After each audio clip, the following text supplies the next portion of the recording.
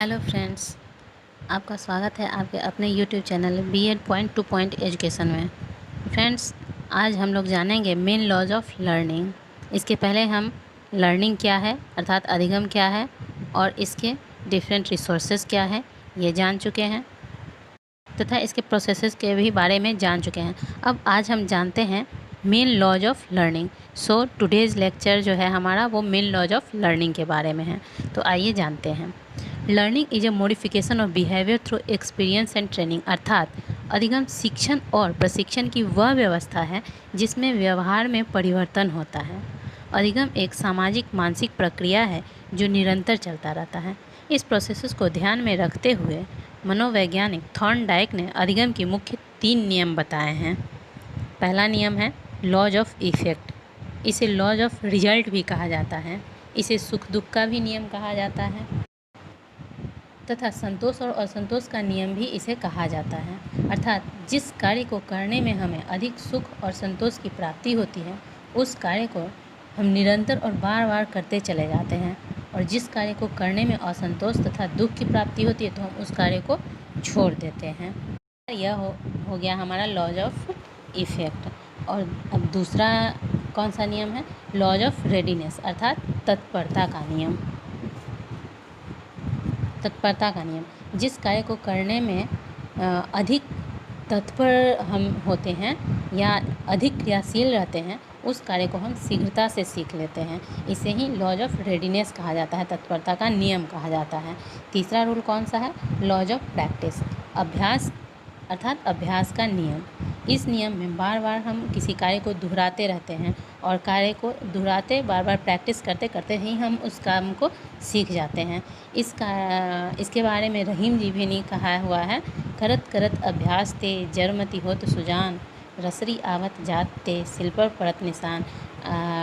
जिस प्रकार एक शिला पे बार बार रस्सी आने जाने से उस पर शिला अर्थात पत्थर पे भी दाग हो जाता है, रस्सी का चिन्ह उग जाता है, उसी प्रकार किसी कार्य को बार बार करते रहने से, दोहराते रहने से हम उस कार्य को करना सीख जाते हैं। तो यही नियम है हमारे अभ्यास का नियम। अब यह अभ्यास का नियम है 2 तरह का, laws of use and laws of disuse. अब लॉज ऑफ यूज क्या हुआ? तो बार बार दोहराने से कोई कार्य हमारे मस्तिष्क पटल पे अस्थायी रूप से अंकित हो जाता है तथा वह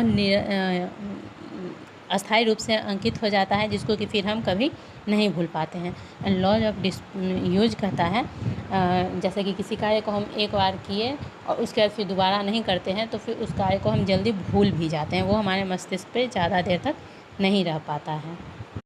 तो इस तरह थॉर्नडाइक साहब के द्वारा दिया हुआ अधिगम का तीनों नियम कौन कौन सा हो गया? लॉज ऑफ इफेक्ट अर्थात प्रभाव का नियम, लॉज ऑफ रेडीनेस अर्थात तत्परता का नियम, और तीसरा हो गया लॉज ऑफ प्रैक्टिस अर्थात अभ्यास का नियम। लॉज ऑफ प्रैक्टिस के भी 2 प्रकार हो गए, laws of use and laws of disuse.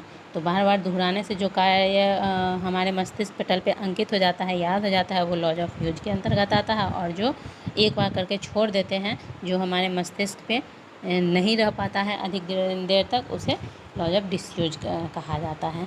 अब आगे हम जानेंगे थॉर्नडाइक जी के द्वारा दिया हुआ ये तीनों ही नियम एक दूसरे से जुड़े हुए हैं, यानी कि इन नियमों के आधार पर कोई न कोई उद्देश्य निर्धारित होता है, और वह उद्देश्य जितना अधिक प्रबल होगा हम उस कार्य को करने के लिए उतने अधिक तत्पर होते हैं, और तत्पर होंगे, और जब हम किसी कार्य को करने के लिए तत्पर होंगे तो वह कार्य हमारे ऊपर कोई न कोई प्रभाव निश्चित ही डालेगा, और वह प्रभाव हम धीरे धीरे प्रयास के द्वारा हमारे व्यवहार में ले आते हैं। और जब हम किसी चीज़ को निरंतर प्रयास के द्वारा अपने व्यवहार में ले आते हैं तो यही हमारा सीखना कहलाता है। यानी किसी भी कार्य को करने के लिए उद्देश्य का होना ज़रूरी है, और उद्देश्य जितना अधिक प्रबल होगा उस कार्य को हम और अधिक आसानी से और बहुत तत्परता से और सरलतापूर्वक करते चले जाते हैं। तो इस तरह यहाँ पे लॉज ऑफ लर्निंग कंप्लीट होता है। अब नेक्स्ट वीडियो में हम नेक्स्ट टॉपिक को लेकर आएंगे। तब तक के लिए thanks for watching and please like share and subscribe this channel. Thank you.